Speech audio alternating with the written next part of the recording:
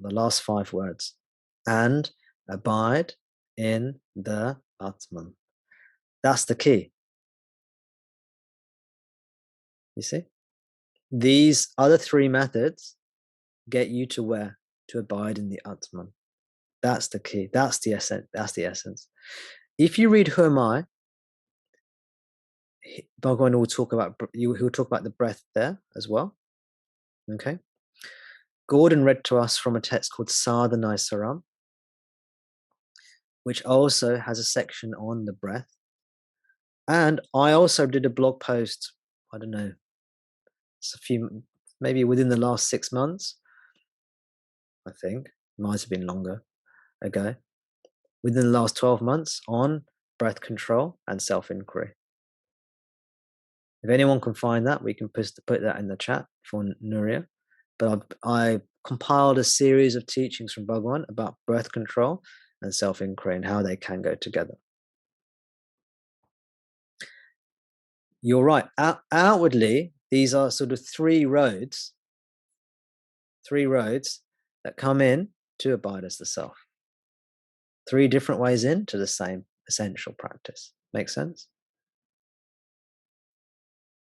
It's like imagine you see 3 meditators, yeah, and they're all sitting down. One's meditating here, one's meditating here, one's meditating here, yeah? And they say to you, we're doing the same meditation. All 3 of them are doing the same meditation, right? But when you say, no, you're not doing the same, because when you walked in from the front, yeah? And when the next person walked in, they walked in from the back. And when the third person walked in, they walked in from the side. So 3 different techniques I can see you're doing. And you could, technically, that person, that observer is correct, right?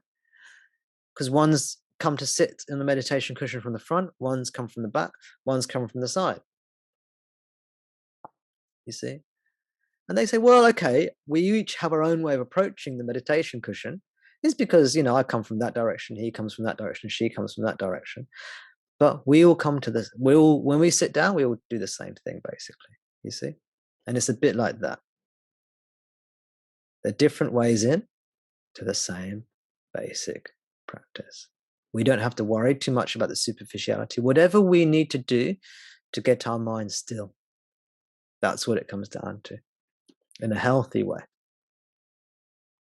A healthy way. Whatever we need to do to get our mind still. For some people, that'll be watching the breath. For some people, it will just be being still. For other people, they'll be chanting. And you'll see this is explained, I think, later on in Sri Ramana Gita.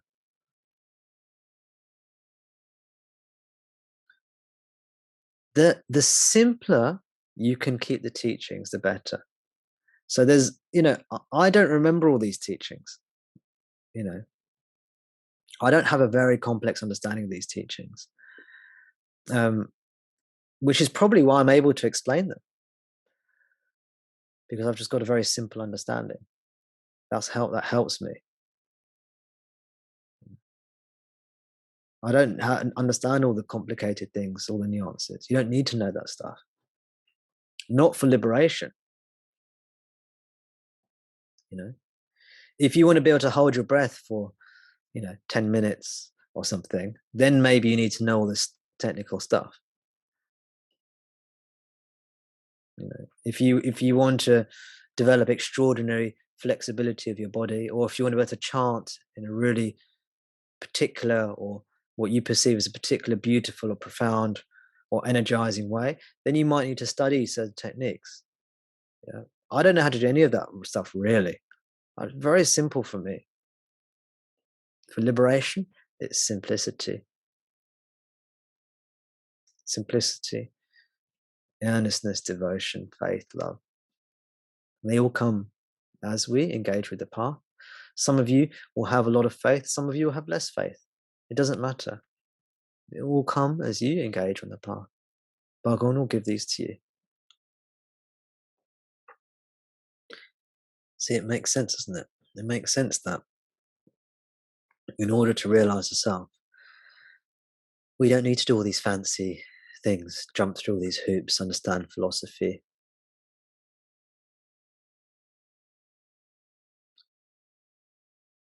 We just need to come to what we are. Bhagavan reveals what we are through concepts, through words. And then it's for us to discover that ourselves with it, through his grace, through his words and his grace, his being, which is our being. He says there is subject, there is object, you are the subject.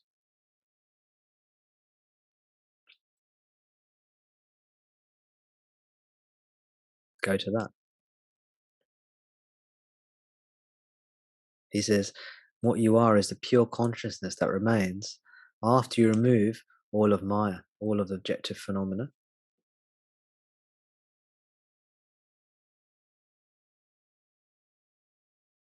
He says objective phenomena are like the snake that appears in a rope. It's an illusion, an illusory appearance. When you remove the illusory appearance, you see the reality. You remove the snake, you see the rope. You remove Maya, you see the self, what you are, God.